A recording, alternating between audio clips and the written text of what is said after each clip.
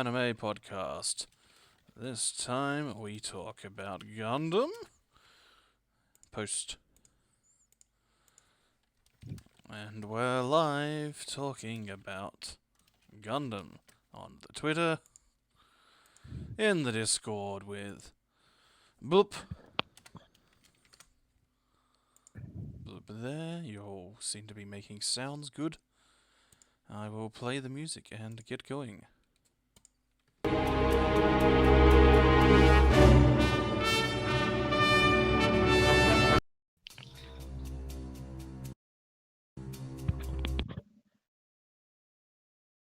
Oh, yes?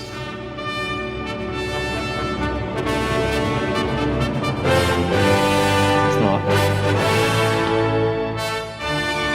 Do we really need the music? I feel like we do.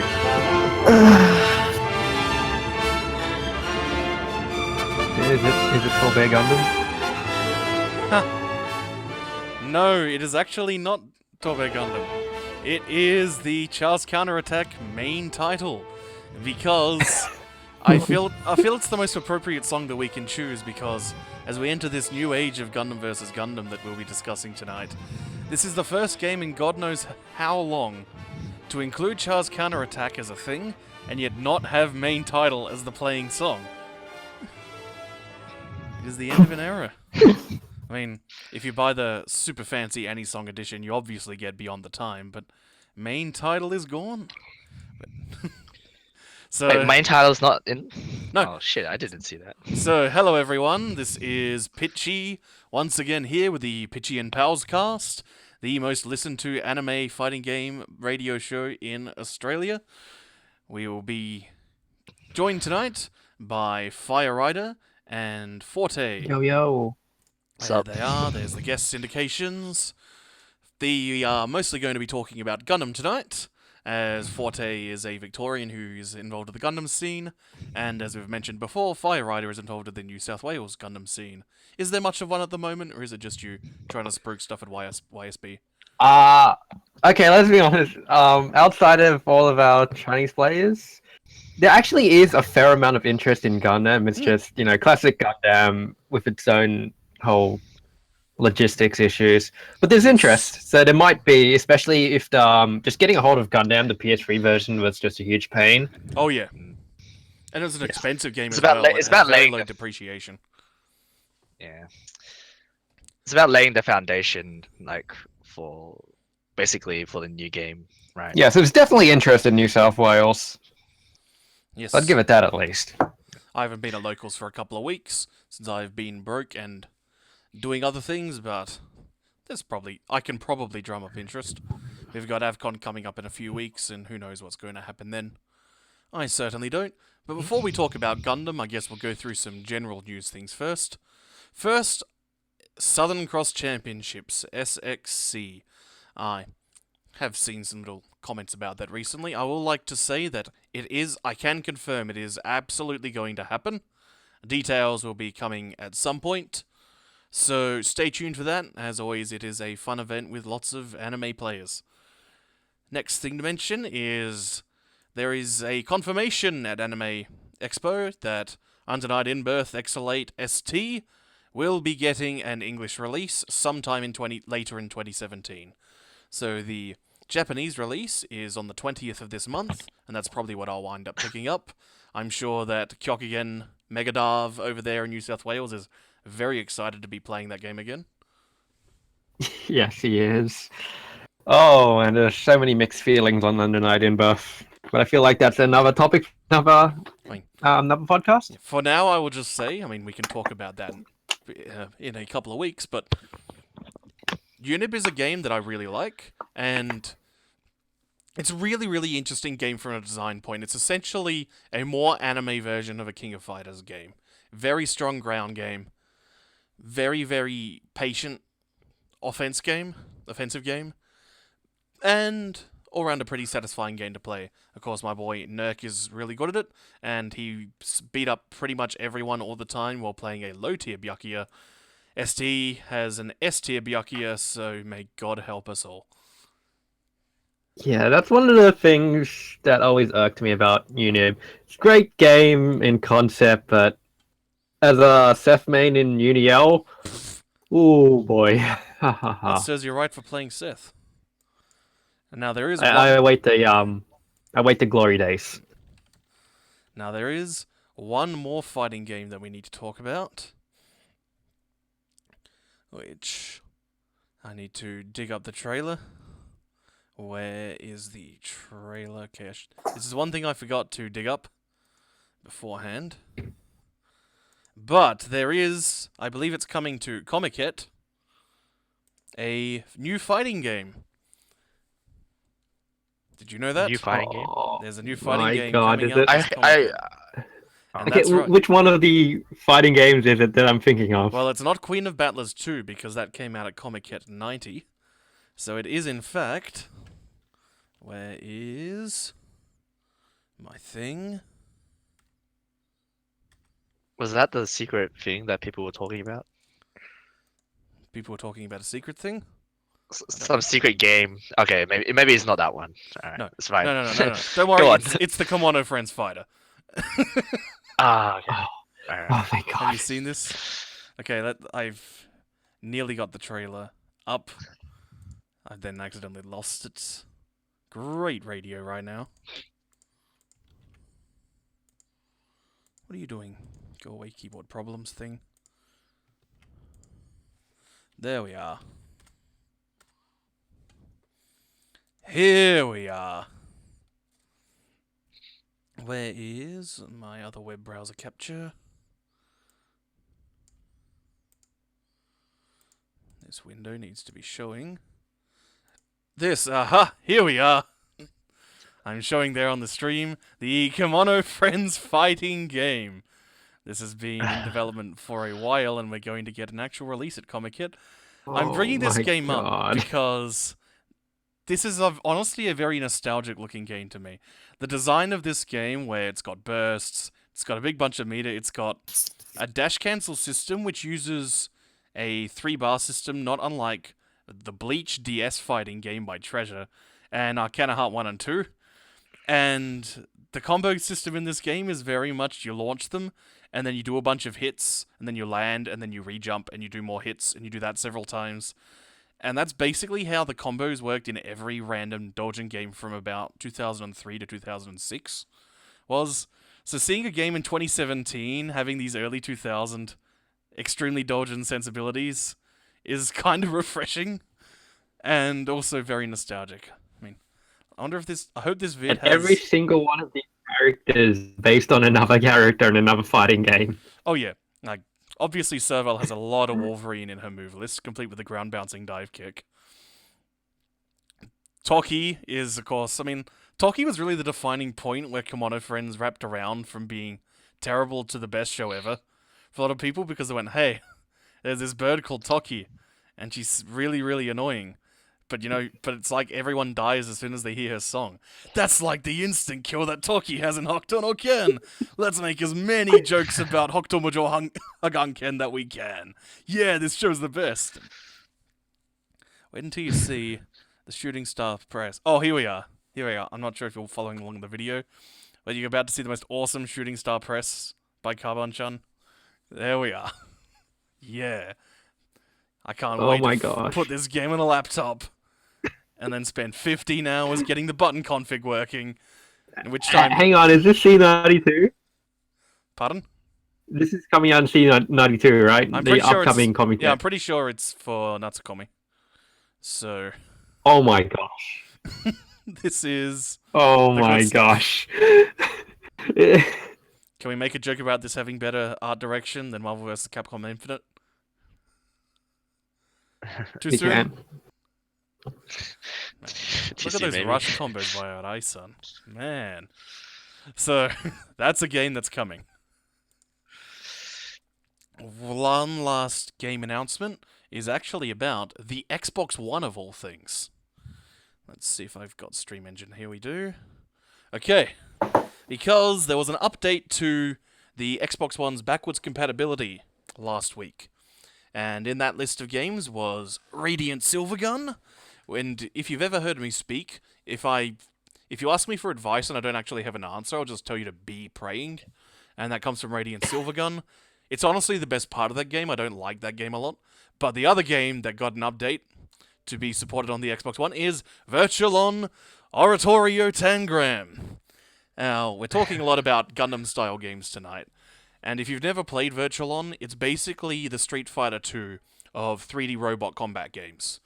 Where you get your Virtualon games, then you get that random Spawn game on the Dreamcast, and that so does the blueprint for things like Gundam vs. Gundam. And Voot is a 1 versus 1 game, so if you've got 2 Xbox Ones, then you could probably start setting up some Virtualon practice.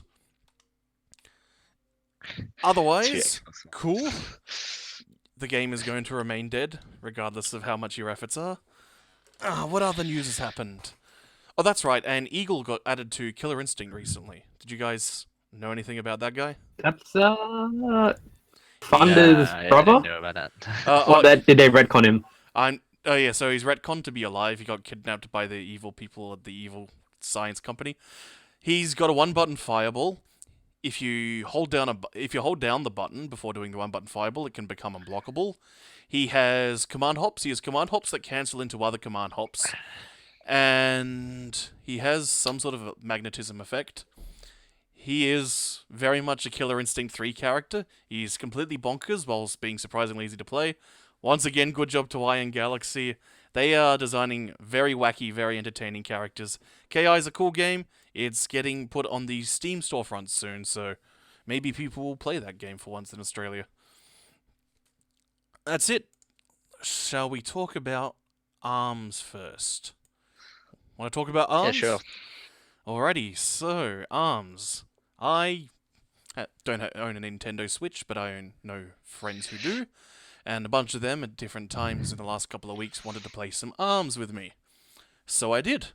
And I liked the game. Yeah, it's good. It's just cool. Like, doing actions has a good amount of oomph to it. The atmosphere is entertaining. One of the first things that impressed me about the game was that they put a puppet character in a Nintendo game. There's this character called Really? there's this character called Bark and Bite, where it's this robot policeman who has a little robot dog. You have no control over the puppet character, but it was the character I had the most trouble with on that first day of playing to deal with, just because even though you don't have any control over the dog, it's still a physical object which you can position yourself behind. And physically obstructing attacks is very useful in ARMS. So that took a while to work out how to actually approach. That was just a cool little moment. The block, if you don't know what the controls are in that game, you block in that game by pushing down L3. Now, obviously That would be the joystick button. Yeah, you have to push in the joystick. Yeah. Now, obviously we're going to be talking about Gundam, and Gundam has very wacky blocking inputs, but blocking is not a key part of how you defend in Gundam. It's very much a sick technical skills thing. Whereas in ARMS, you want to be blocking a lot of the time. The game is very, very reactive. Right. Ultimately, the meta is going to be very, very patient. And you're going to be spending a lot of time blocking, and even if you just got 2 people using the Joy-Cons as their input, the L1 button is still completely free. And it's not used for anything except for pushing in tandem with other things to do super. This is terrible. Eris, you could have done super activation on L3, because you need to do that way less frequently than friggin' blocking. And this is even worse, because the game actually has guard cancel dashes. So while you're guarding, you need to hold a direction and tap dash when you're in the last few frames of your block stun. And so you need to be moving the stick while also pressing it down, when you could just have your index finger pressing a block button. So wait, you can't remap controls at all? It's a Nintendo game, mate. Of course you can't remap controls. You've never... Well, I don't know. Like, in Smash, you can remap your controls. So, Yeah, but that's a Sakurai game, not a Nintendo game. Alright, fine. Fair enough. I mean, the only Sakurai game where Sakurai you couldn't... Nintendo. Like, the only time... Technically not anymore. The only Sakurai game where you couldn't rejig controls was Kirby Air Ride. That's because all you needed was a directional input and a button. That was the entire control scheme for that game, so You didn't need to map anything because the D-pad moved, the C-stick moved, the thumbstick moved, and every other button behaved functionally the same. They were just the button. That's a pretty cool game as So- well. But Yeah. the other thing I'll mention is, ARMS is a very reactive game. It's very much a patient game about watching what someone's doing and either recognizing the correct way to counter it or whiff punishing stuff. There's a lot of whiff punishing in this game. I was honestly surprised after reading some reviews and playing the game. They talked a lot about how if you use the motion controls, you can curve your arms in the way that you move. Whereas this only partially Right. happens when you're in regular controls. This really doesn't feel like a core part of the game, and your main character's movement and positioning is way more important than any sort of wacky arm moving. So that's just not as much of a problem as I thought it would be. Yep. And I kind of like the idea behind. There's essentially classes of weight to your arms, and there's a big bunch of different arms that you can put on that do different effects. Like this one has really fast lasers. Well, this one has delayed effects. This one has splash damage and that sort of thing. And that's cool, but there's also weight classes. So if you had two arms of the same weight class connect with each other, then it would just be a clash and nothing would happen. But if there's a heavier one, they tend to be slower, but they'll blow through more hits. So in situations where you might be trying to react to something by pushing a button, depending on the weight class, you might actually not want to do that. So I like that seems to be their way of trying to work more Okay. preemptive play into the game. But the fact is, if someone's doing this, it's way better to actually just jump and hit throw, or jump and hit two punches, or respond with flat out just a super, depending on what super you got. So it doesn't feel as good as it should be. The other thing to mention is, I am very glad to see a Nintendo game where each character actually has a distinct set of abilities from the get-go. The most important one to talk about, I played Twintail to begin with, but then I switched to Ribbon Girl after discovering she had a double jump. And the double jump was really useful because the lock-on, you're essentially both locked onto each other at all times. But sort of like Gundam versus Gundam, but the tracking is really, really bad. And this is on purpose because if the game had good tracking, it would be literally impossible to jump. As soon as someone jumped, you would just immediately kill them. So it's got bad tracking on being airborne, so you can have stuff whiff. And a double jump leads to some fun mix-ups around when you're landing. Oh no, now you whiffed again and I get to throw you and that sort of thing. That was cool. But the best thing is she's got a fast fall. And that completely... she's got a fast? Yeah, she's got a fast fall. And Then she must be good. this means that she is the best at reactive play and also the best at preemptive play because she gets to fake out stuff in a game which is mostly about committing to actions, and she's the only character that doesn't. So the obvious thing at this point would be to say that she probably needs to be nerfed, but rather, since this is the first entry in an entirely new IP for Nintendo, I feel like there's a lot of potential for the devs to take on board what's working and what's not working, and integrate some of that into the core gameplay in general. Like, I think that Ribbon Girl's double jump is fine to have as a unique gimmick, but the fast fall really feels like something that should be a universal mechanic. Right. I can't say much about ARMS myself. I only played a couple of games, but it was fun, but I just wasn't very fond of it. It felt like the Street Fighter 4, while Gundam is more like an anime game. So it was just a lot more slower and I guess precise in a way, and I just didn't enjoy that. I guess Gundam vs. Gundam is like the Marvel vs. Capcom 3 of 3D combat games, where a lot of it is the teamwork meta. ARMS is very much like the SF4. I would say the SF4 over the SF5 because it is that very, very reactive game. And it is a slow and fairly easy to pick up one. And obviously, is it really just a Virtual On is the SF2? Yeah, is that what you're gonna say? Yeah, and Yes. Oratorio Tangram is the super turbo of Virtual On. Whereas I guess Force, Alright. like that game is really, really fast and relentless and has all the good improvements. Then I guess Virtual On Force Virtual Enforce is an interesting one because that's also a 2v2 game, and so it intentionally Oh yeah. nerfed a bunch of the mechanics that made Oratorio Tangram so much fun in order to make the game function at all as a 2v2 game. I mean, there was also a Gundam versus Force. Yeah, but Let's oh, not talk about that. what a wonderful game! What a great use of the It- Vita. Hey, you know this franchise people like because it's a competitive multiplayer game? Let's put it on the Vita and it's single player only. Instead of making... Oh, really? There's no ad hoc like multiplayer. I don't believe Yeah, so. there's ad hoc 1v1 maybe, I think. Oh Oh. my It's god. not even 1v1, it's forced 1v1 with bots. So you have to have, Oh my. yeah, I think so. God. Yeah. Yeah, Wait, so yeah. is Arms would you so is Arms like mainly, would you say, like a 1v1 game? Would you, or like does have a other team modes mode. like 2v2? It does actually have a 2v2 Like, mode, and since the game's movement is somewhat more limited than other games, some of the movement does feel good. Like, basically all your jumps and dashes cancel into each other, and you can air dash, so right. moving around does feel pretty nice. Not as smooth as, like, plank dashing in Marvel 3 does, but it feels pretty nice. But when Yep. you're in 2v2 mode, you're actually connected to your teammate via a bungee rope.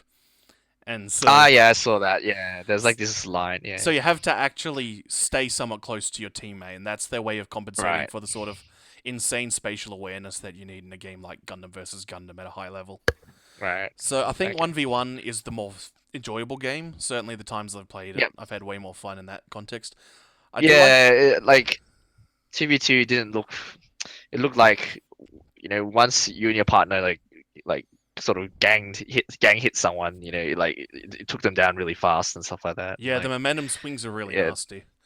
yeah, And it's very much... And when you're in 2v2, as soon as you've locked someone down like that, it's just... The tick throw game is extremely good. right. Because the main way that you deal with throws Okay. is to hit a button. And you can't hit a button if you're just coming out of block stun. Feet. Right. So that's a bit cruel. I think that's about it for Arms. I don't like the gimmick joke modes. The volleyball was probably the best out of the wacky modes. I liked that they were experimenting with things. Basketball mode was miserable. That felt it felt like whether you actually throw Basketball. them in the hoop was entirely RNG dependent. So that one was a mess. Right. The hitting the targets think- game was an amusing diversion. I mean, it was nice to see some just experimentation by the devs of what are some other things we can do with these core systems. Yeah. Do you think the game will be like popular in Australia in terms of, like, I guess, competitive wise, or like do you see people trying to set up tournaments for this, or I think people will try. Certainly pay attention to your local con circuit, particularly if it's a con where people like to bring video games. Certainly AvCon's always... As I've said before, AvCon is a fairly good event for getting my finger on the pulse of what people are interested in for competition in the state at that particular time. We'll see. I mean, Pokken was pretty much dead in the water. We got a number of people at AvCon last year, but it was like a 32 bracket in a event where the really popular games will be. it was just too hard to set up, like. Oh yeah, Pokken LAN was a nightmare to get going. And But they're porting that to Switch, aren't they? Hang on. Yeah, We're talking about Pokken Land, but we have another game for reference here. So, in a relative scale, how bad was it? Oh, Pokken. So basically, when Pokken LAN got set up, it was great. It just went. The problem was setting it up because you've got to deal with Nintendo UI for something as intricate as setting up a local area network. So Nintendo can't let you just... It's not just you plug your Ethernet cables into a switch and then say, I want to go to LAN mode. No, you have to do secret inputs on the main menu while also doing weird IP secret addressing. inputs. Yeah, there's a secret input on the main menu God. for LAN mode. They did at least have the sense to unlock everything in the game when you did so. Because most of the cast wasn't unlocked to begin with, in particular the assists. Secret input, that sounds like... Alright. The secret. So I believe we can concede that Pokken is a nightmare. Yeah, Pokken was horrible. Well, I to mean, get they're going. reviving that, aren't they? So, like, Nintendo's doing that whole esports thing, aren't they? Like, what was it called? Nintendo is looking to Yeah. expand in supporting competitive games. The Splatoon, all the work Yeah. they've done with Splatoon so far is really good. I know some people who have been trying to support some of the Aussie teams. In particular, our boys, Right. the Blue Ringed Octolings. They got to go to E3 for that Blue tournament. Ring Netflix. That is such a great team Okay, name. that's a name. It's a good name.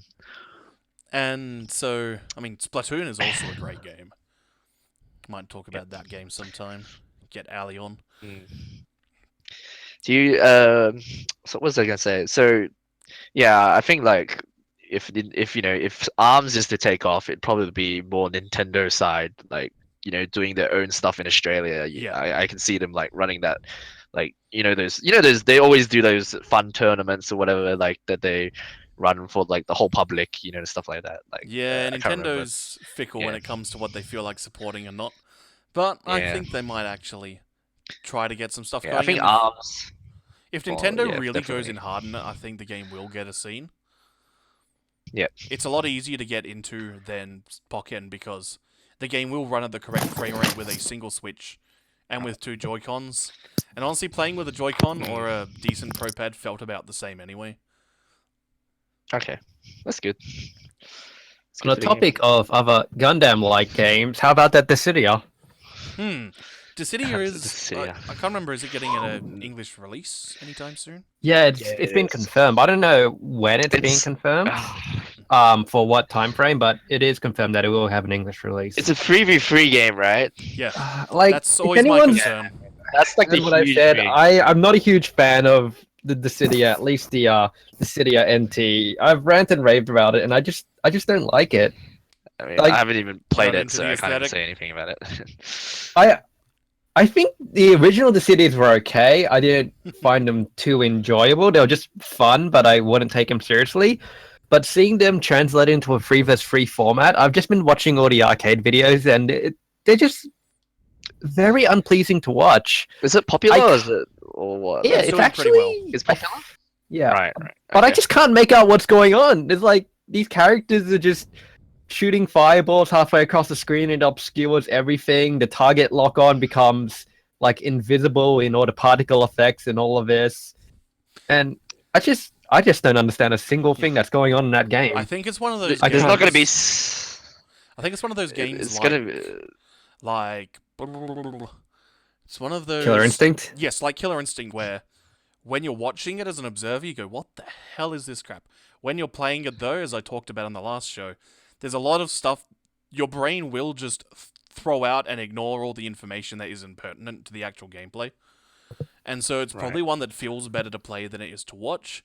But yeah, I have a problem with just the size of maps that you get in Gundam Versus style games. That when you got 3v3, Yeah. it feels like way too much of the screen is being controlled at any one time to have any sort of interesting movement games going on.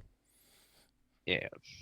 But no, that's also one of the other issues I had with Dissidia is that the movement just felt very, very lacking. It was similar to Gundam, except just 100 times more slower. It reminded Like me the of Rise of dashes were Incarnates. slower. A lot of. I've actually never tried that. I've heard of it. That was the free-to-play game, wasn't it? Yeah, it was Bamco's attempt at, we've got to market to the West, and we're going to market this series known for its fun movement by removing all movement, and also all the Gundam that people liked. Oh, Rise of Incarnates. Yeah, it bombed so hard. It's I played it a little bit. It's all right, but like it just feels terrible. Yeah, to it play. felt terrible. Okay. It Yeah. felt Yeah. like one of the first Gundam Versus games, and those were like 15 years ago. Most of these advancements have been made for a reason, and it's because little tweaks to make the game more satisfying to play and feel exciting to play. I'll be talking a bit later about Right. how important game feel and theming are to the success of a title. And Yep. Gundam series has had so many of those subtle improvements over the years. Like even if you Oh yeah, for sure. like I remember playing some Alliance versus Zaft back at Blue House when I was in Melbourne, back when Blue House was still a thing. Like you got, and then Gundam Extreme Versus came out a bit after that on console, and you could even then feel that there had been so many improvements over the course of Yeah, those it couple of is years for between. sure. Like even Next Plus felt really terrible when I went to arcades to play it. I was like, feels so stiff, and then even the original, the actual Extreme Versus, like after playing Full Boost for so long, and then we decided, oh, let's just play vanilla for the old time's sake, and we tried playing it, and then I just play it, and I was like, this feels shit. Like not being able to fua, not being able to like do like certain things. It just felt really terrible. Like yeah. So actually, it's improved a lot. Like full boost improved a lot, and it And remains to be seen about the new ones. But anyway, well, that's another topic. from all So. the footage I've seen so far of PS4 Gundam Versus, and from when we got to play in the trial over the weekend, it really does feel, I guess, like Maxi Boost. Because, I mean, the game is essentially a sequel to Maxi, which we never got on a console. But a lot of the movement did feel really good, and I might as well pull out right now. While I'm here, I'll set up the Gundam picture for the stream. There we are. I'll pull out the unicorn video. There we are. Oh yeah. There we That are. was some. I think I remember. I It was believe that's some still relevant. NA player. He posted it. Let's take off. Let's take away Archer. Okay, there we are. There's the video. Oh, hey, the Good Double Zeta song is playing in this track. Yeah, you look at this clip and you look at how fluid the fast fall is, the way that you can cancel out of your landing recovery these days. Just everything about this. Look at this, how smooth the transitions are from every action he's doing in this clip. Just such an enjoyable game. Yeah.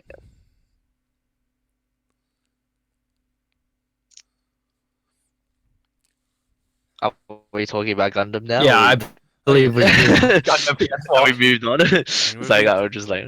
We have kind of transitioned. I will mention, so in a couple of months, I think it's September 20th? 29th? 29? 29. 29. Yeah, so September 29th, we're getting a And North a American this release one will come out. of Gundam Versus. Yeah. So hopefully we'll get So a probably local around that release pretty time the soon. I mean, EU one will come yeah. out. Yeah. like Bamco is usually pretty Oh, good. It's been confirmed. There are Bamco, pre-orders on Oz Australia- Game Shop. Yeah, Australia is Yeah. definitely going to get it. Like EB Games even has pre-order for the game. You can Oh, even pre-order better from then. EB. I'm pretty sure. Yeah, so like it's actually coming out in Australia. I'm like 100% sure. But whether it comes out September 29th or later is another. I don't know. We don't know. We haven't got confirmation yet. The September 30th, meaning the Monday of the week after. Maybe I don't know. Yeah, so just going off the our favorite online dealer, the Oz Game Shop, it's got Gundam versus PS4 for pre-order for $57.99, Oh, which that is sounds actually like a quite real cheap. price. I mean, Yeah. I can talk a bit more about superfluous. The pricing. Well, I mean, Gundam Versus is an interesting game because the game had a ton of DLC, but they were all things that had been patched into the game later. So I could kind of respect them charging and. Yeah, there was like some new suits from Maxi Boost, and that was like a lot of people were hyped to play that in FB. And then there was also like clone suits or like suits that like had pilots that people wanted to play as. Yes. You A know, lot so of the that was clones alright were as well, also they weren't paid DLC; they were just free DLC, like Yeah. the Lacus. no, there was only like Justice. one. There was only like Yeah, I think it was just the Lacus one. one or two free. Yeah, it was like I just. don't know. Lacus. There was Johnny Ridden, man. Oh, Was he free? Oh, yeah, actually, yeah, Johnny Crimson Ridden's the best Red Comet. He's the Crimson Lightning. He's got almost as many kills in the 1 Year War as Char. Guys, I mean, like, guys, you didn't see my Johnny Ridden the other night. Fucking, my Johnny Ridden the other night was dominating. Oh my goodness. I'm glad you brought up that character because the other night I just randomly decided to play Johnny Ridden and I was like, actually, no, he's terrible, but like I was doing alright. I mean, while we're on the topic of random superfluous things, so if you're not familiar with the Gundam Versus, this game's actually got two versions coming out in Japan. There is the normal version, or you can pay like $30 more and get all the actual vocal songs that you want. And this is a classic trick. I mean, it's perfectly fine as a special edition since it is concrete content. It's actually better now, but it's than, also like, the full completely theming. Yeah. Like, it's entirely aesthetic decisions, but they are the cruelest bastards ever. Because in the regular version, in Iron-Blooded Orphans, if you're deploying your boy Barbados Gundam, you get Raise Your Flag and a bunch of the background music tracks. But for that $30 extra, you can have Orphans no Namida, the almighty 70s Bond theme ending that the first season had, and it was a banging song. So I guess we're all gonna have to import the super expensive edition now. I mean, It's, Barbados it's is terrible. I'm just going beyond the time here. I'm pretty sure that because so in Full Boost you had the custom BGM thing, Yeah. but I'm pretty sure in the PS4 version they don't have the custom BGM thing anymore. Like I'm I'm pretty not sure. sure. I mean, Don't like the Super Robot Wars games had 'cause it, even in the no, Super yeah, the Amazon Super version of V. Robot. Oh, Well, I okay. mean, So the they're Bam. PS4 one. Well, Yeah. the thing is, they're both Bamco games because Bamco owns Bamco still. Yeah. So maybe I they just can't will remember like somewhere I wait. heard that about that, like not having it. But maybe I'm wrong. So hopefully I'm wrong. Whoa. It's confirmed in the stream. It's confirmed. Okay. Yeah, Alright. like the official stream, they confirmed. All right. Cool. I'd say anyone don't know, that's Rice, K8U. I think he was our BAM Gundam champion.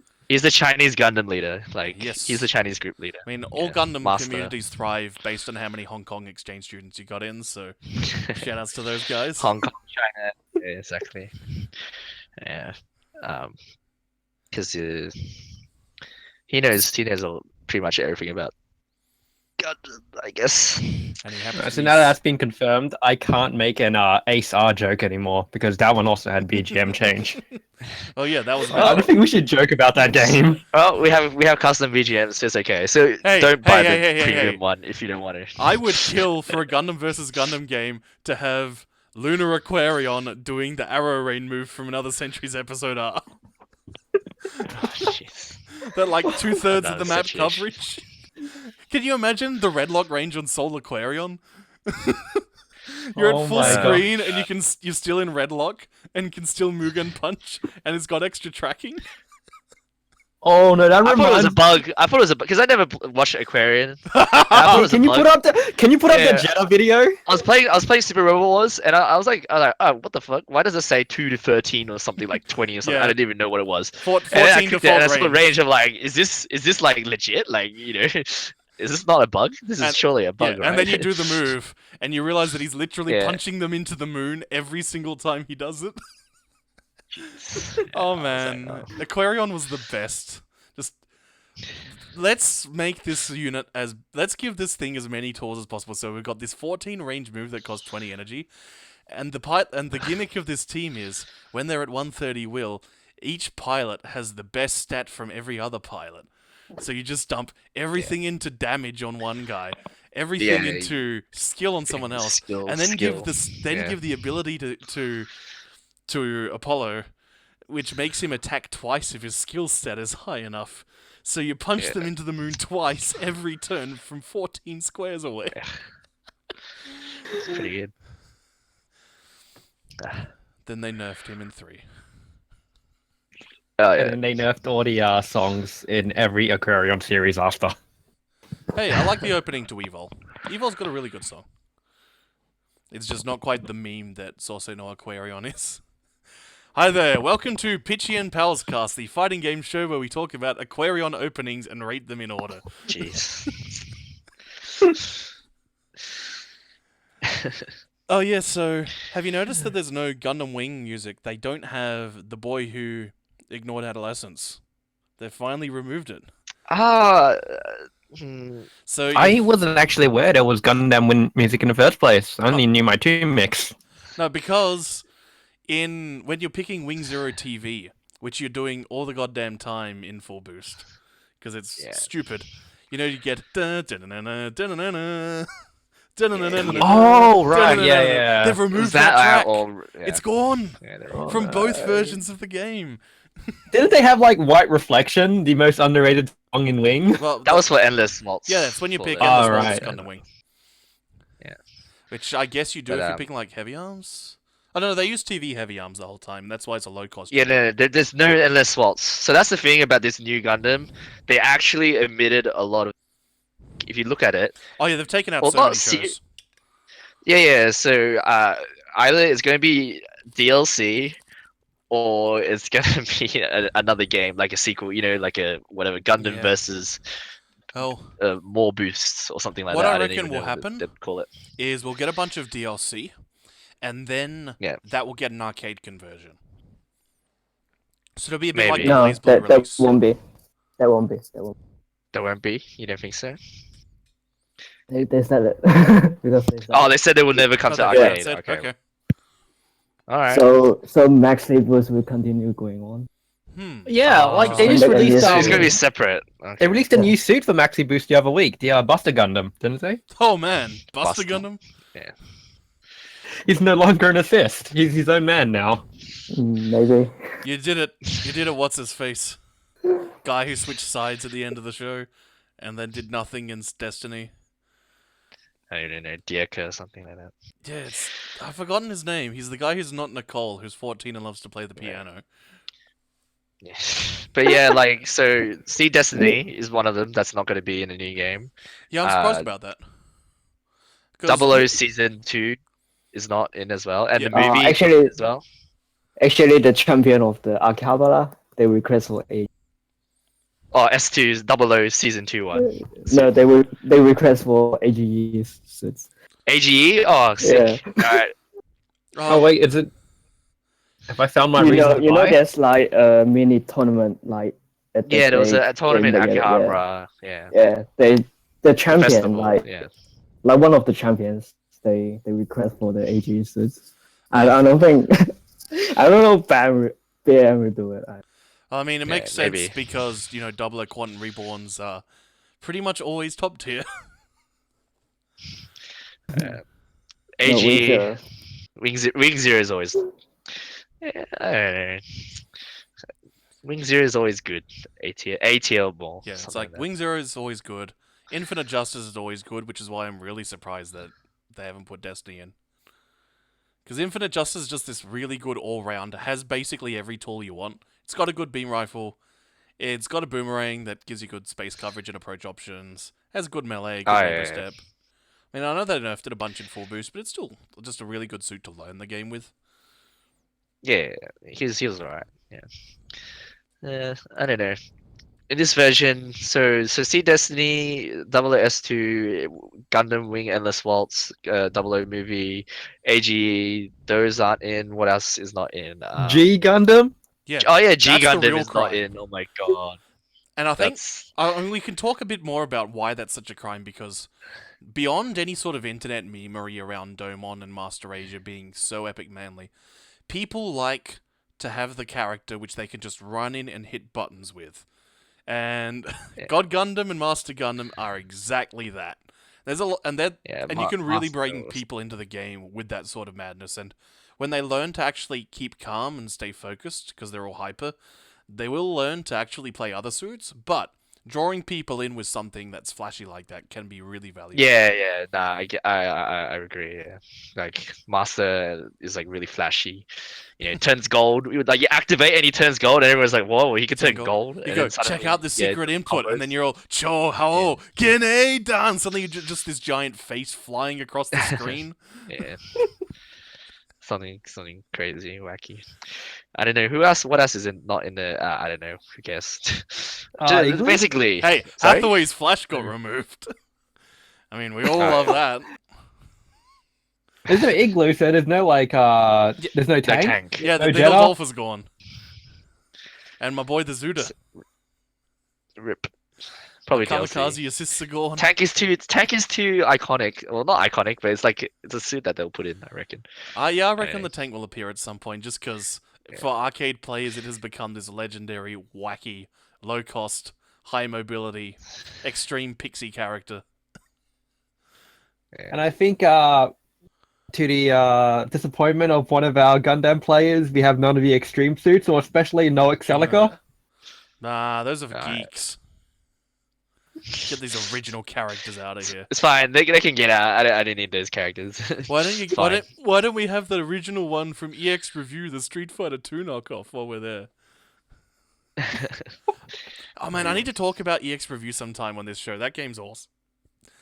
Charles Zaku in that But game yeah. has Guile crouching low short, and it's an infinite. Jeez. You just do low short, then take a step forward, and rinse and repeat. Is it better than Battle Assault? Oh, it's way better than Battle Assault. The gun cannon is Sagat. Oh, oh God! Jeez. Except he also has this move where he crosses over the opponent. So as soon as they've finally gotten in on his zone, he then goes back to the other side of the screen. It's like, Claw's wall dive, except he shoots. Jeez. Oh, that game's great. Gundam's beam rifle is. But a yeah, bit so awkward. if all those missing suits are gonna be DLC, you're gonna be forking out a lot of money, Oh, a lot yeah. of money. So that's like, all right. So It's an the inevitability of dealing with a bad show game. So the first DLC, Virtue, is 600 yen. Okay. Which is Right. about So $6 for reference. yeah. So imagine just 10 DLC suits. Yep. Right. That's 6,000 yen. You Yep. probably bought the game again. Yep. Right. And there's gonna be way more than 10 DLC suits. You know, just thinking about like, apparently I heard someone said that there was gonna be like at least 40 plus DLC suits, and that's already $200 or something like that. That's gonna be ridiculous. That's actually ridiculous. Given the window in which they do it, though, it would essentially be like paying for yearly updates anyway, which as bad housewife fighting game players have had to do many times. I once did the numbers of how much money I've had to pay for BlazBlue over the years, Jeez. and it is about $500. Yeah. And how many of those DLC suits will be different versions of Setsuna? I don't know if they're gonna focus too much on that. I think it'll just be 00 Quant, the full saber one, and then Let's probably see. another. So you have plus 00 one, Quant, maybe. you have 00, you have 00, you have 00 Riser. Razor, you have Exia, you have Seven Exia with the one swords. arm, Exia 7 swords, and you have Exia with that badass cloak before it got bopped in the first episode of season 2. And it's got Avalanche as well. yeah. But I mean, I don't think they'll do as many extras this time. I mean, they might, but like it'll probably been a be long enough a lot time later, since the a lot show. later down the track. Basically, yeah. They have too many like core suits. I guess is what I was saying. Like Strike Freedom or Yeah. whatever. Yeah, like they haven't got all the main Yeah, that's- characters from every show in yet. Yeah, exactly. Basically, yeah. There weren't that many actual Gundam suits in IBO, was there? No. It was No. basically like 2 Gundams, which was great. Part of why I like the show so much. So maybe you could just do like, it's Barbados, but now it's got the spear. It's Barbados, but with the katana. They already got Barbados. Barbados. Yeah, they got Barbados, Lupus, Rex. So that's the 2 Barbadoses. Yeah. Oh no, Barbados Lupus, not Rex. Oh, There's not no Lupus, like. Rex. Yeah, that's a new DLC probably. They That's just do another with DLC. each My random, bad. like, that one time Mika bashed someone with an arm. Make that a separate one as well. Yeah. See, like I only Oops, recognize forgot that. the Atra pick. Recognize any of the other, like, if there's any more. I don't even know. It's just whatever. That show was very light on mobile suits, which is part of what made the show feel so much more grounded and believable. That it wasn't a new Gundam every week. Look at these 5,000 Gundams. Where Gundams see destiny.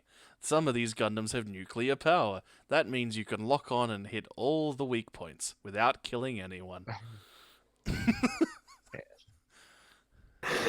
Oh, that show was Um, silly. That show So yeah, is very dumb. So yeah, I played the trial quite a bit. Yeah, I didn't get to play I as mean, much me as and I wanted. Rice played it. We played it. It's different. I heard there's a Japanese player called Gunsame or whatever his name is, and he said it's more like Maxi Boost, which Which makes not a good sense. thing, but Yeah, like, which is not a good thing.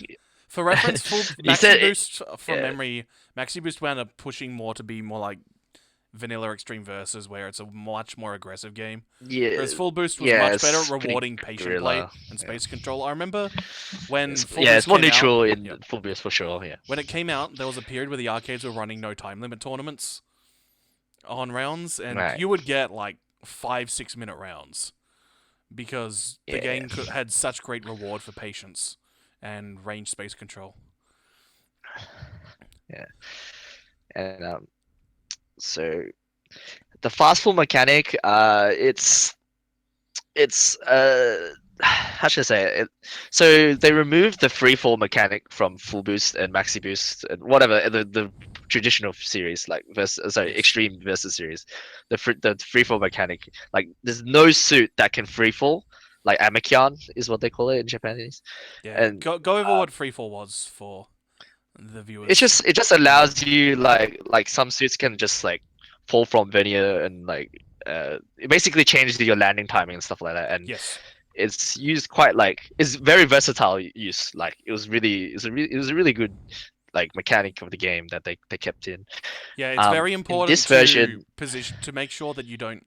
Basically, the floor is lava in Gundam, and the more Yeah. boost that the less boost that you have remaining in your gauge, and boost is important because it's your move thing, also essentially your Roman cancel function, and the less that you have when you land, the longer that you're stuck on the ground, not being able to do anything.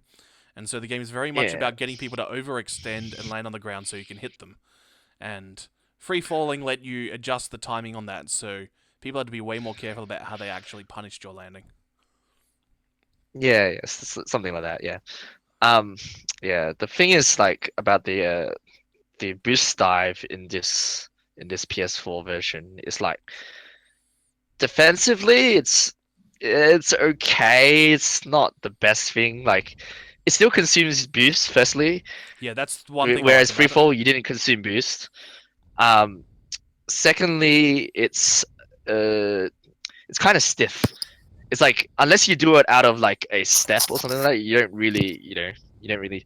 So like that unicorn video, it's actually just like shooting in between the boost dive is like really good because like it's like shooting in between like the cooldown or whatever like the boost thing. So he's like setting up a river. So but the problem is like it's very like it's not very flexible. It's like only a few suits can like not a few suits, but I should say it's only used like in certain ways. I guess is what I'm saying. Like um, and I think they might nerf that like part of like the shooting, like being able to shoot while boost diving or whatever. Like Yeah, like that's my because then biggest you land concern and with the then you system is you're able to essentially cover your landing completely.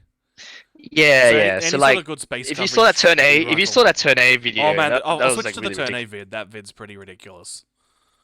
Because like the main is cancelable by 2B, so he boost dives and lands as he's doing his main, and he gets his boost back, and then he cancels his main into 2B, so he jumps again, Yeah, and and like yeah. turn A's main sits out there forever because it's throwing the Gundam hammer.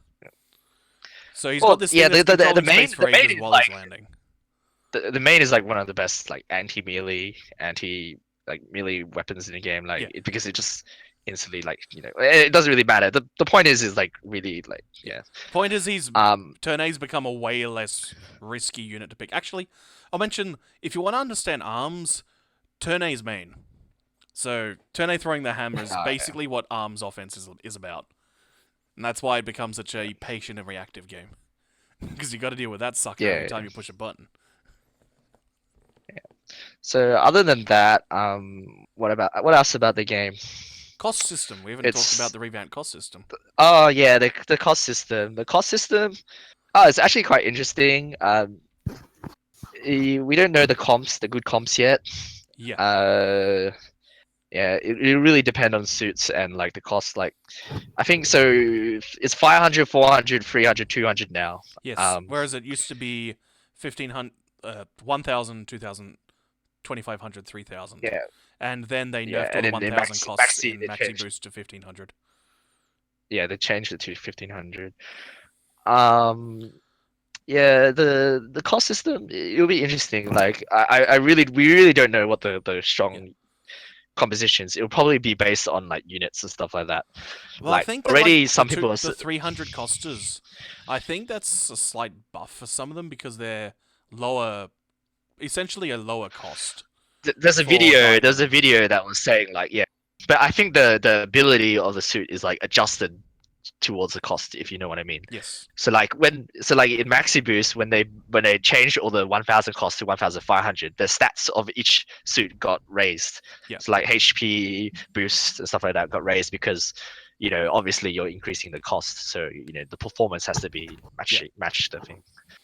I mean, the idea there was to just have the really good Pixie space control characters that were 1,000 costers. Anyway, I like the change in terms is of like good a for the general kind of thing. Yeah, I like the change in general because like it sounds.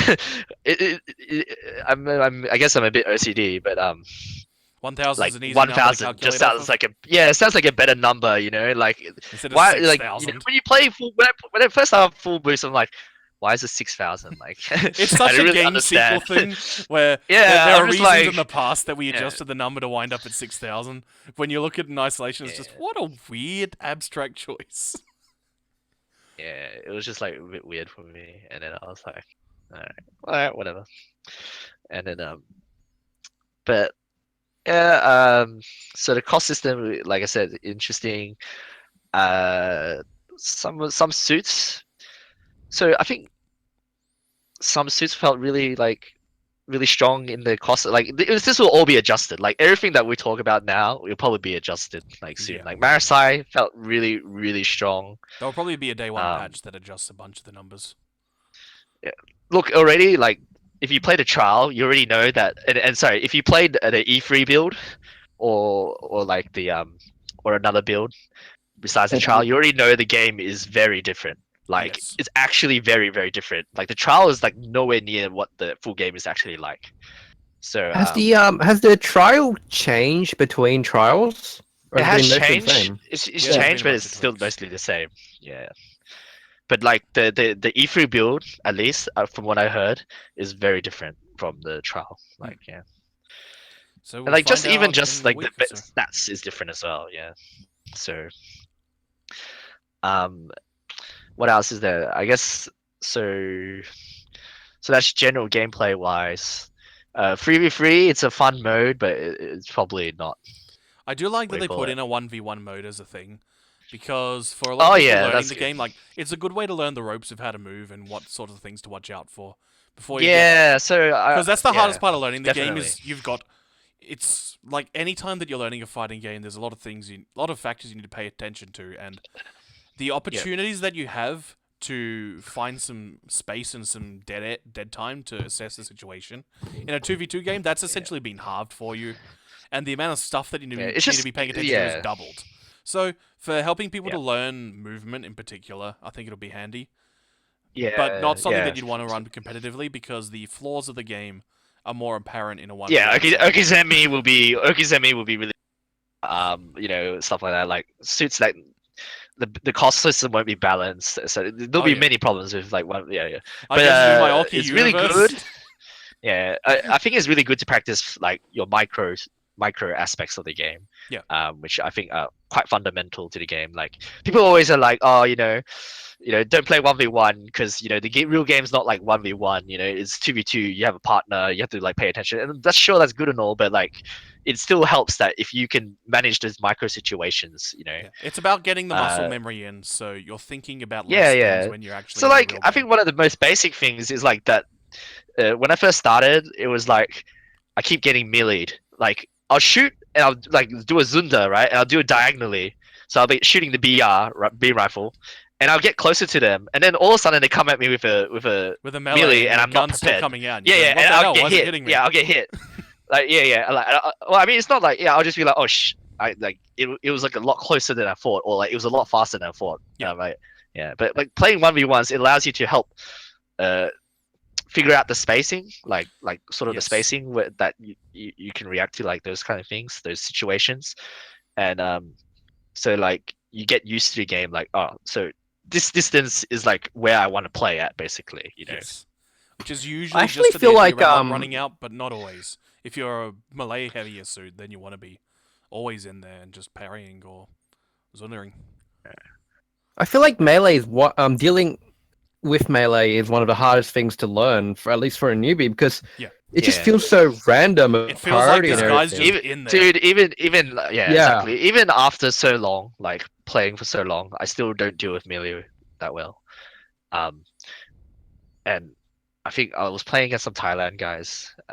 Shout out to Sky Slam. Like that guy is right. He's an English streamer from Thailand. But I really suck at 1v1s. And he picked like Epion, and he picked like Oh, Master. no. Oh my god, like it like I just struggle to deal with that like the 1v1 situation. And Okizeme, I didn't know all the proper options and stuff like that, so I wasn't very well versed in that stuff like that. And even in Australia, like a lot of players that I play against, like they kind of get bullied by melee as well. So like they can play the range game really well. Like you'd be like, oh, these guys are like really good players, and like I'm the same as well. Like, oh, I can play it, and then all of a sudden, like someone will play like pick like master or Epion, and they'll just bully the other team, and then I'll be like, oh well, I guess I'm not really good at dealing with it. The up close game is pretty much always the most stressful part of learning a game. Because a situation where there's very immediate penalty for making a wrong call, and there's often a lot of factors like with Amelia, it might have been that you're a little bit at disadvantage when you tried to mash out, or it was a false opening and Millie was looking for an air throw, or it's one where, say, Amelia 6k goes over the button that you'd normally use to try and disrespect in this situation. Yeah, That's always the one that gets definitely. me. Or with Amelia. Exo Amelia and the dust lets her basically back roll beforehand. Back That roll is the best beforehand. feeling when you hit people with that. It's just, you see that little red flash on the counter hit and you go, got him. Pretty much. But yeah, so PS4 Gundam, so that was like the gameplay wise. I'll talk about, I guess, the online. So the online, now you don't need to cable your PS4. Because We played against PS4's some a guy who cable. played. Yeah. So they don't limit your connection now, so you don't get like yellow or like whatever like that Yep. was. So in full boost you had like yellow. Sorry, blue was the best connection, green was the second best connection, and those connections were only locked playable out ones. if you didn't. Yeah, they were locked out if you didn't have a cable, and Yes. yeah, that sucked. Yeah, that Yeah. was the main thing, was Um, essentially you could have the biggest pipe in the world. I mean, obviously wireless connections are not optimal because you're going to have just random packet spikes and you're going to have random losses Yeah. of data. But if you've got a fairly good upload pipe, it can be okay. And yeah, Gundam Yeah. Versus would specifically say, no, you're on wireless. I think yeah, No, Gundam versus we are intentionally is- going to yeah. make your connection worse to make sure that you don't exactly. get with That's anyone. what they did. And the thing is, Gundam versus like it's honestly not as fickle as a fighting game. If you play a fighting game and like you will feel like you can see the frames like changing and like you get like this small little spikes of lags or whatever you call it.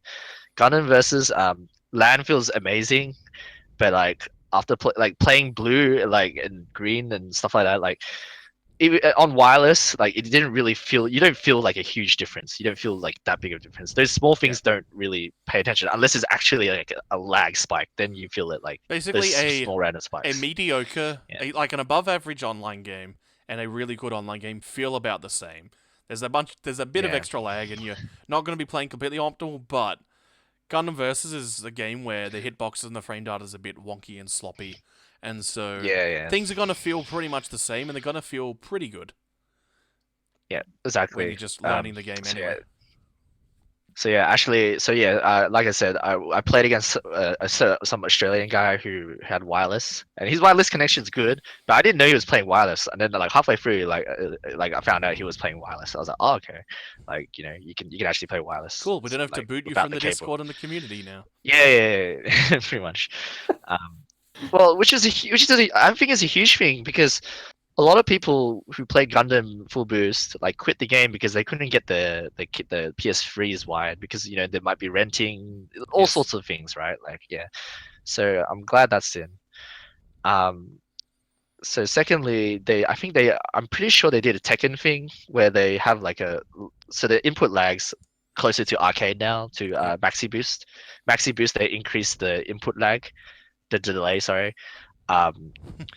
Smash Talk. Yeah, Oh, no.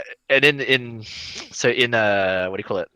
In in this game, I think they did a Tekken because when you play online with like overseas players, you get like blue connection, and then I think they I reduced didn't. the like I did not. yeah I have Yeah, I think superior they do that. rural connection, and I tried to play a bunch of games, and they Oh, ran really? at Oh, about rip. 3 frames a second and were horrifying, that's- and booted me. Oh, but there's a about 20 reason for seconds that in. too. Yeah. Oh, yeah. So that's another reason. Okay. So the other thing as, is that the trial.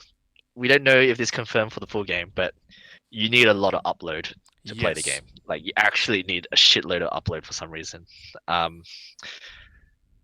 It's not confirmed for the full game, but I don't. Yeah, I've it like might have looked been a around stress and test. it's sad because Australia seems to be the only one that has internet problems. You know what I mean? Yeah, well, Australia has It's so terrible sad. internet Like, infrastructure.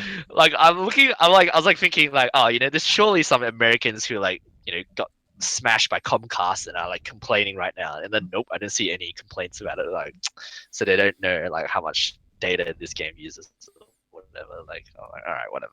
You know what I mean? But yeah, so that's a huge barrier. If it stays in, it's gonna suck. 700, Like, frankly speaking.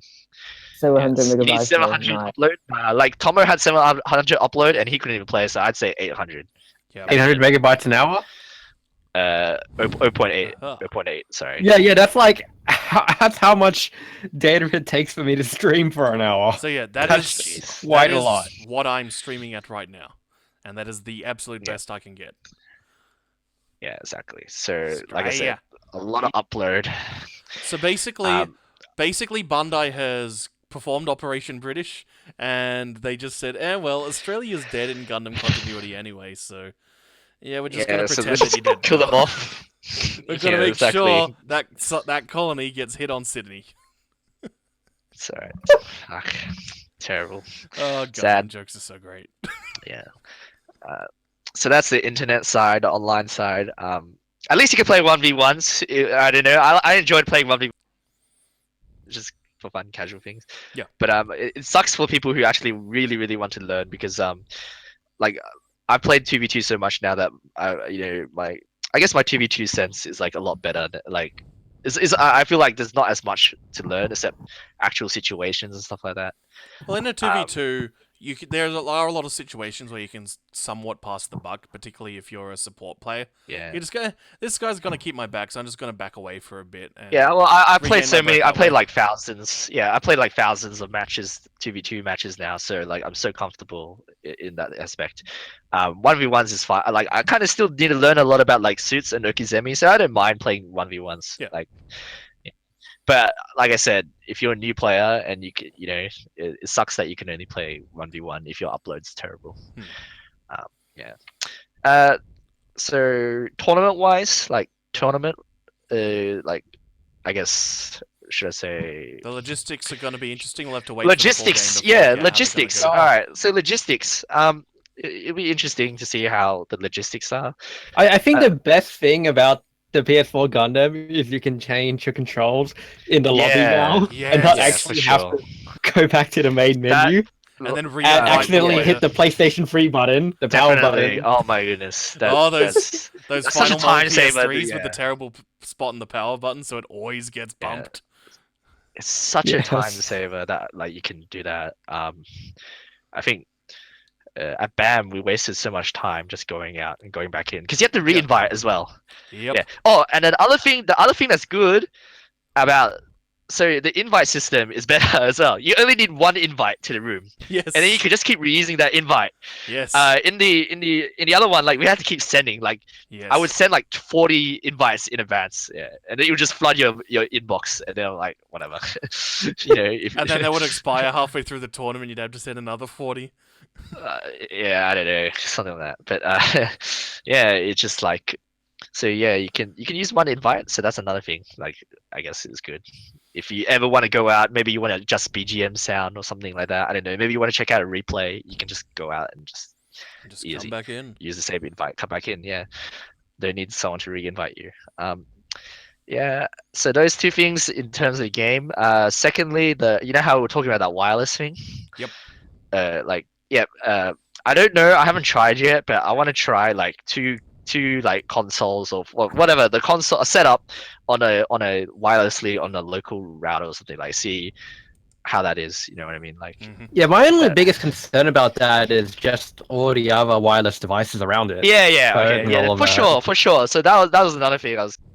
So for a major tournament, that I would probably go for wired, I guess. But like if you were just casually like bringing your console over to like some meetup, then I guess it's pretty cool that you might not have you might. Well, it's all bring the router. speculation, right? It's all speculation. We can only hope. What if we make sure that all the can only setups are also streamed to the PS Vita? Oh, gosh. Oh my god. Look, my internet, Oh, well, my yeah. network setup is so bad that when I sometimes I will actually use the PS Vita connectivity to play games while I'm in bed and the like. And there are times where the PS4 is just sitting next to my bed at the moment. Nah. And I set things It's up, not your connectivity. and yeah, it's just the way that the PS4 It's handles just the that Vita- streaming is so It's just the bad. PS4 and the Vita. Yeah, they just suck. Like, yeah, it just sucks. It's terrible. So yeah, I guess that's I think the it's about Gundam, it the for UI wise and stuff like Gundam. that. I mean, Yeah. that's about all we Oh, really sorry. talk about. One last thing. This is the biggest thing. So I was talking about the rule set changes. How like there won't be any side 7 anymore. The Yes. second biggest thing is okay. So in the game, there's an assist button, right? Striker. It calls out what they call a striker. Yes. Like and the KOF. thing is, there's like over like 100 strikers or something Yeah. like that. Okay. Oh yeah, we have to unlock those and then again, don't we? Yeah, that's the that's the So thing. that's We that's the pocket. biggest thing. Yeah, like you have to unlock strikers, and I'm like, as soon as I heard that, I was like, this is gonna be a nightmare because, you have to play. So it's not that you can unlock all strikers by like eventually playing everything. No, you have to play each suit. Like, so each suit unlocks different strikers. Yes. It's like some might share the same strikers, so you can unlock the same one, but like you have to play like different suits and stuff like that. Yeah. So logistics wise, you have to if you were enabling all strikers to be available to be allowed in the tournament, right?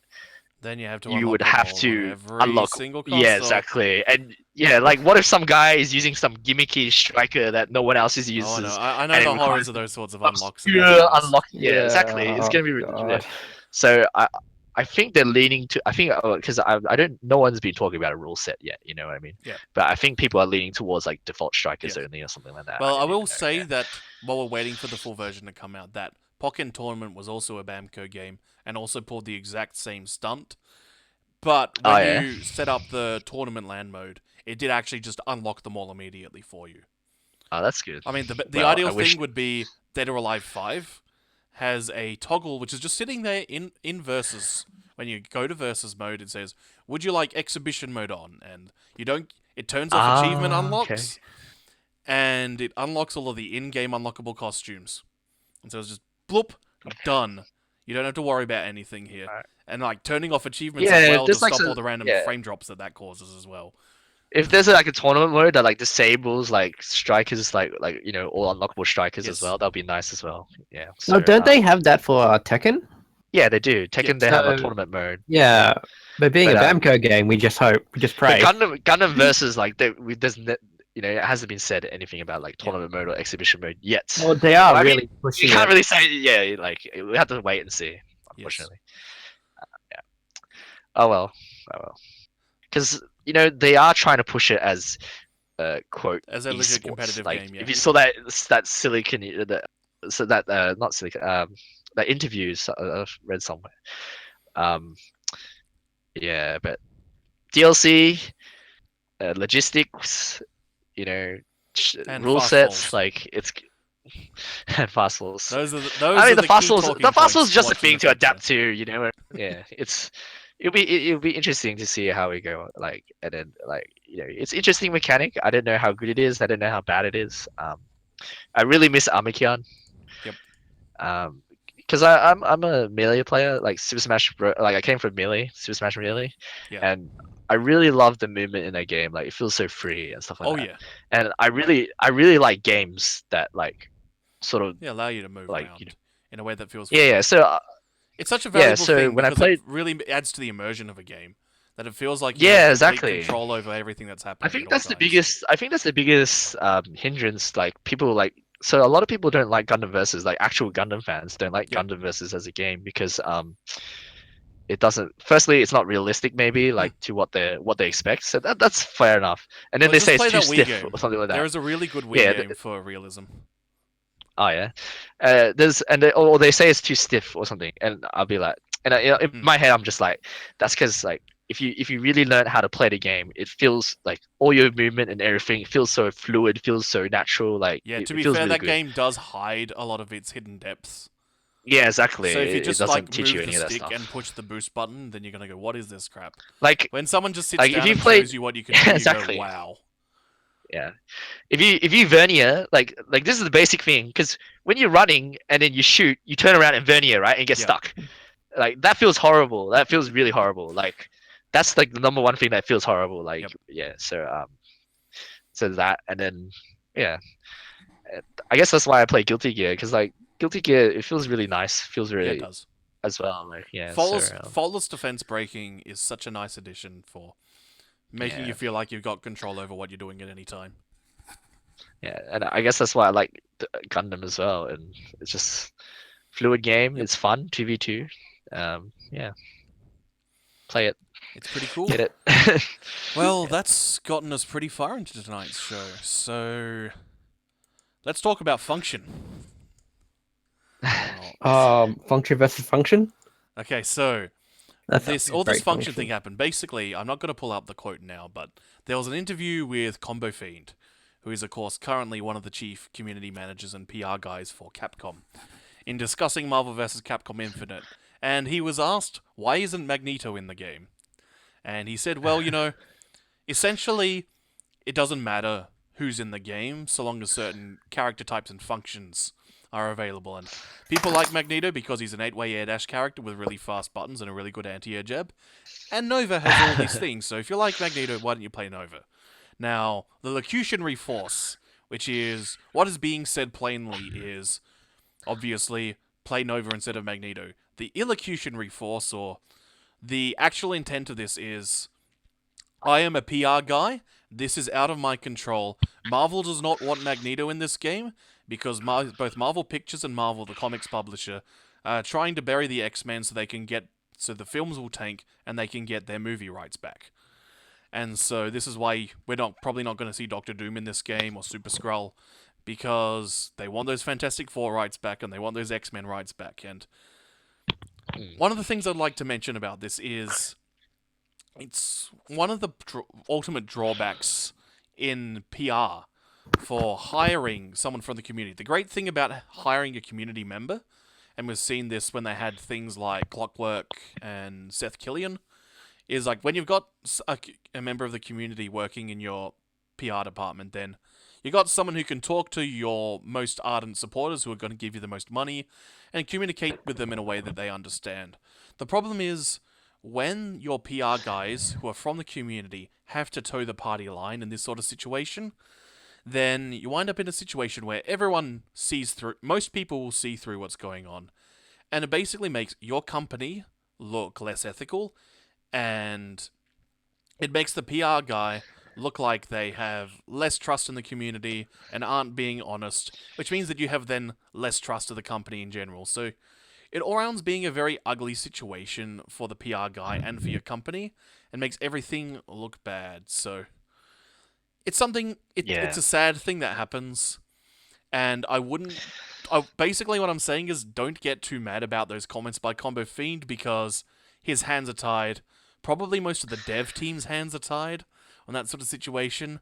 And hey, if Marvel then decides to do a DLC Magneto Storm cable pack, Magneto Storm Sentinel, Magneto Storm Wolverine, they'll probably do like 2 characters at a time because Capcom wants to sell more DLC. So, like, don't be surprised that comes in the future, but don't be too mad about those sorts of comments, because he's saying something that he has to say because it's his job. I'm reminded a lot of the 6th episode of The Thick of It, which is a very, very good, often very harsh British comedy about the relationship between politics and the media. And that episode's all about towing the party line on a subject that the main character really doesn't want to be agreeing with. And that's, if you want to see a very harsh depiction of someone having to toe the line in PR situations, that is a good episode to watch. As for anything to add there? Yeah, nah, like I think I agree, like completely. I mean, the statement itself is, what do you say? Like, some people have that opinion, and it's fine. Like that opinion is fine, but when you're a PR guy, like you said, I think before, it's when people are a bit sad and a bit disappointed that the characters aren't in it, that they will inevitably like be really disappointed by like what you say. If Yep. like, yeah, I mean, it's like hindsight 2020 here, but I really feel like he could have worded it in a better way. he definitely could, but Well, Yeah, he I'll could tell have- you the ideal way because this is the I feel like- Japanese do company. you feel like he got? I feel like he got put on the spot. Yeah. Yeah. Yeah. I will say that I will mention something here because Japanese PR, if you know anything about Japanese PR techniques, they're actually, due to the passive and implication heavy nature of Japanese language and culture. I mean, Japanese is all about that passive aggression. There are basically Japanese PR guys have certain stock phrases that they will turn to, where the locutionary force is completely bafflingly insane, but the illocutionary force is I'm not at liberty to say. It's basically a no comment, but given the way Japanese is, you're still expected to give a comment. So you'll get situations where it's like, hey, why isn't this character in this game? Or why did this company lose $30,000 this month? And the answer will be, well, in Japan there's 4 seasons.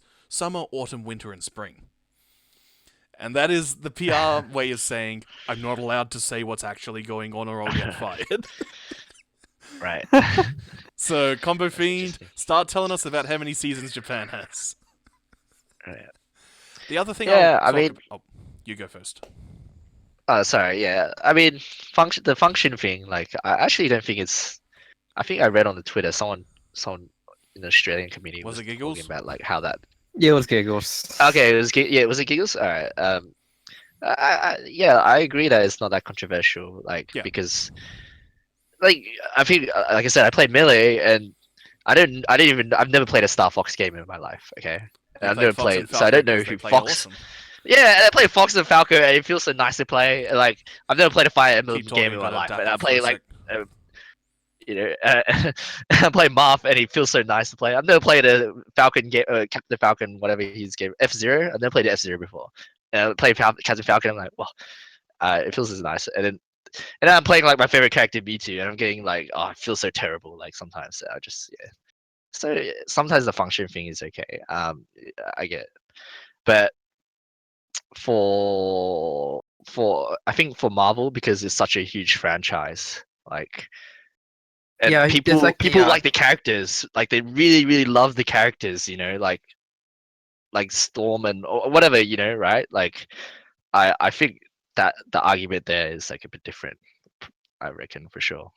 you gotta have something to appeal to the fan base, Yeah. even if just like the most artificial things that aren't really gameplay orientated. Yeah, exactly. I think it's the same Just for like the Gundam as well. aesthetics.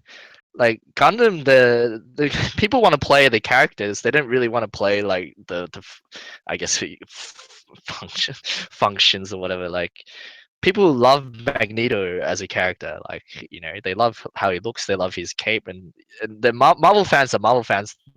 Sorry, Marvel vs. Capcom fans. A lot of them are actual Marvel fans, and I think so, which is a big difference from like and Gundam fans. A lot of them are actually Gundam fans, not Gundam versus fans, not what do you call it, fighting game fans, but they really love Gundam like characters and stuff like that, right? So yeah, it's like when G Gundam wasn't put in the game, like people got pissed, right? Yeah, that's So, also one of the things I feel is a bit upsetting about the lack of the suits in the new Gundam. yeah, Is that I was really excited to just play Heavy Arms, yeah, just because he's exactly what he feels like. That he Yeah. embodies a certain character type and aesthetic of Mhm. just being an acrobatic performer, and he really shows in just his gameplay style. Yep. And just having that just that connection between the character and the way the character performs it just makes it a lot more engrossing to play. Yes, that is what I was And going just to set talk yeah. about, is theming. This is funny because I also come from a European-style board game background, where talking about theming is very much a joke that you say, oh, those shitty American games, they're the ones that are all about theming, but theming is very, very important. You want something to feel the way that it's playing, and it means that you go from expressing yourself purely in an abstract way through mechanics, to expressing yourself in visuals and audio and physical respects, and so you can really, really, really convey the ideas that you want to convey better. And It's all well and I good. mean, there was an extreme example. Like there was that guy who made the PC mod version of Function versus Function Free, Ah, yes. where he just replaced all the character models with just like a single base model and removed all the particle effects. Yeah. It's a bit extreme, but it really kind of embodies that whole theming issue where even if you have the characters performing the exact same actions, without just a lot of the like aesthetic touches, it's just really bland. Yeah, I think it's I think yeah. That's also I when also you've think got- it depends on the game and franchise. Yeah. Well, I'd just like to say that I'm just going to list off a few games. There's a game called Checkers, also known as Drafts. There is a game called Nine Men's Morris. There is a game called Noughts and Crosses. There is a game called Go. There is a game called Go Maku. And there's a game called Mancala. Now, of these games, the best ones, the ones that people, if you sit down and play with them with people, they will enjoy the most are Go and Mancala. These are all games where you've got the most flavor that out of any of these is Noughts and Crosses because there's a cross symbol and a circle symbol. But basically, these are all just you're moving stones on a grid. And so when you've boiled things down to that level, then the games which are the most mechanically sound are the ones that are the most interesting, which are Mancala and Go. Yeah. And so you can express yourself in incredible ways, particularly in Go. Mancala's a bit of a number crunch game if you've never played it. But Yeah. when you have extra layers of theming and personality, then it becomes much easier for people to become attached to a game and gives so many more reasons for people to become attached to a game. Yeah. Like, I would just say that if you're playing a competitive game to win, then function should be your 100% priority. You are there to get the best out of the game that you possibly can. Now, you can play to win, and but the more that you compete in a game, you will come to a point where you understand your strengths, your weaknesses, also your limits. I'm certainly at a point where most of the time I know that I don't really have a chance in tournaments, so I play to see how far I can go. And when you start to get to that point, is when you can go, that's when you can basically say, because the other end is, of course, play 100% on heart, 100% on characters that you like for whatever reason. You might be like Jarvie, just go by whatever girl you think is cute. There might be an actor you like. It might be, you want to play Magneto because he's the master of magnetism. You loved watching the X-Men. Yeah, exactly, right? You want to play a lot of Marvel people are like Survivor. that. Yeah. There's lots of reasons to play Magneto, but so you can play them for purely aesthetic reasons, but as you come and you grow as a person and as you grow as a competitor, you will find that there are times where you just want to see how far you can go with the thing that you like. See how much you can express yourself in this tournament, because you know that you're probably not going to reach the top, and if you do, then so much the better. Yeah, I think exactly. There's different types of players, different types of players, and there different is types of nothing players. wrong I think with liking something because you think it's cool.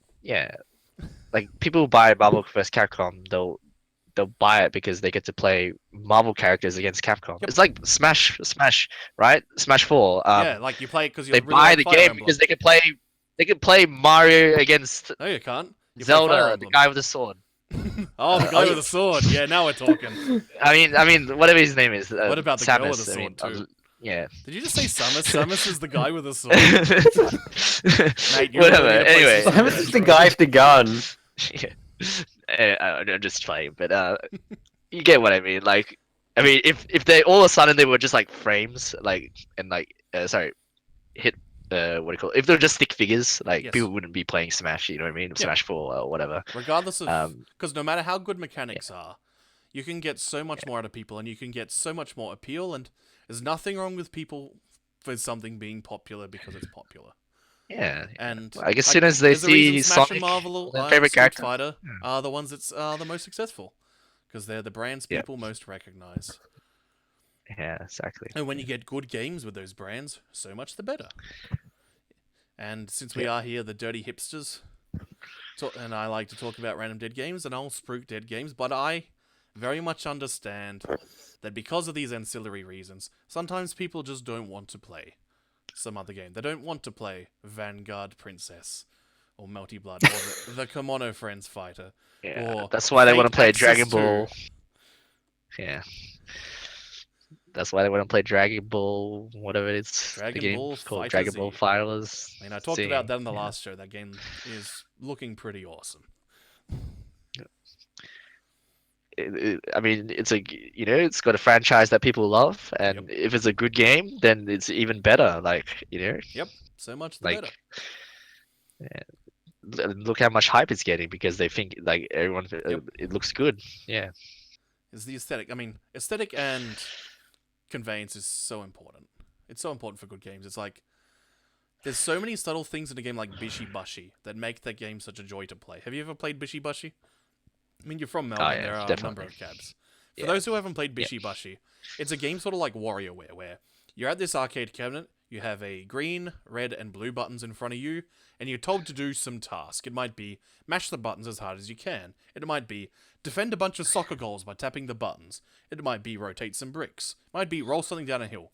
A lot of the games essentially boil down to mashing the crap out of these buttons until you've completed the task. But the buttons are about the size of the palm of your hand. They take a bit of physical force to push down. There's this really, really satisfying audible click every time you tap them. There's a light that flashes whenever you tap them. And when you've completed your task, there is a yellow button sitting about 30 centimeters further up the cab. This is very important because you're doing these tasks and you'll be having this very visceral bash, bash, bash, bash, bash, bash, bash, bash, bash. Sometimes it'll be much more timed. Bash, bash, bash, bash. It's this very visceral experience, and what really, really caps it off and makes you so satisfied is when you've completed the task, you have to physically stretch yourself over the cab to tap that yellow button, say, boom, I've done my job. And that makes you that much more excited to keep playing, to go, yeah, I hammer these buttons, and I smash the crap out of that yellow button at the end.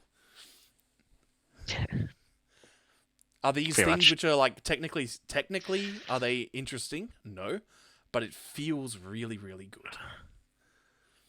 Yep. And those emotive responses really help create that attachment to something. That is just about all that I wanted to cover tonight. Have you, Fire Rider, or you, Forte, got any plugs that you would like to give? You can go I first. just want to plug OHN, guys. Yes. Oh yeah, underneath, you're like, running Origin. Pre-reg is up. early Go bird prices? pre-register. Yeah, pre-reg for OHN because the early bird prices close at the end of this month. Yes. All the games are locked in. Any DIY games that will happen on the day, the signups will be on the day, so there's not going to be any Smash GG signups or any DIY games. So no Awesome. use holding out for there. If you're coming to OHN, just sign up now. There's no reason not to. Yep. There's Come in, GG. I love the pricing. It's like really funny that they have the Hollywood pricing. Yeah, that- the very latest, right before the event, sign-up pricing is labeled as the Hollywood pricing. It kind of makes me want to sign up as Hollywood because I'm like, guy, dude. I'll tell everyone, hey, I signed up as Hollywood. Nah, Yeah, jokes, but do you have that Hollywood privilege of just going there and it's like, oh wait, there's no more tickets, you're not allowed in? Yeah, well, I'm a top Remember, player, guys- man. You know, I'm known on the internet. So can you, like, Well, I mean, rewrite the but- bracket well, I for me, mean, man? they kind of they kind of like justified it now, right? Like giving the last minute they called the last minute registration as they named it Hollywood registration, so it's really funny. Like, Well, it's also a smart decision because if this does Yeah, play it's into super certain smart. people who want to do Yeah, it, who- whether it's for irony's sake or if because you want they to actually fall, if you are want to vain fall, enough, yeah, then it means exactly. the If event you want has to fork gotten out that more much money, so that appeal to Exactly. vanity, if it actually makes more money, good on them. That helps the event. if you want to continue fork out run next $90, go ahead, man. Go Well, ahead and while give us that money. theory is all great and all, there is a 700 people player cap. Oh yeah, true. So if you guys actually want to get in, please register, year. please. And if we break 700, Nah, just make I'll it be make really a Hollywood. Make a You can Hollywood. just give me money on the day if you want to be Hollywood. Nah, make a Hollywood. $180. $180 if you want to. happy. Oh, the OHN Break Gold the cap. Pass special breakfast by Yusuf. Uh, Man, VIP. Breakfast at El Janis. Yeah, that's it. I don't know. you gotta go hit yeah, up I'm that going to bar by the OHN. Tekken guy. Yeah, I'm gonna go HN. Play a little bit of whatever there's there. Just have a good time. Well, I'll be there. It'll be fun. I'll be commentating a lot of stuff, so it will be a good time. Awesome. Yes, on the topic of Gundam, yes, there will be Gundam at OHN, so Yes. please come. Yeah, please come. Please come. All right. Check out Gundam when it comes out Um, pretty soon. Thanks yeah, for yeah. watching. That's my shout out. Yeah. Actually, I will say a couple of things. So, I've been thinking about doing a weekly show, where on the fortnights I'll stick to fighting game topics because I don't want to burn myself out too soon on topics and start repeating myself a bit too much. So I'm thinking of doing on the alternate weeks a show about some of my other interests. That might be board games, that might be movie reviews. I've got a mate who's been thinking about doing a movie review podcast. Might be anime talk or wrestling talk. So if that's something that any of the listeners find interesting, leave a comment on the YouTube upload or just on Discord or Twitter. Join this. Join the Gundam Discord. Oh if you yeah, I guys will want to have play to games. say that. Oh yeah, check out the Gundam Discord. I might get a link going there in the YouTube upload. And I was intending to have a better microphone this week, but there weren't any in the local shop, so I'll have to order one online. So I will now begin the almighty, authentic podcast trend of apologizing for the bad audio, and I swear it'll be better next week. That's a good spot to end on. Thank you for listening.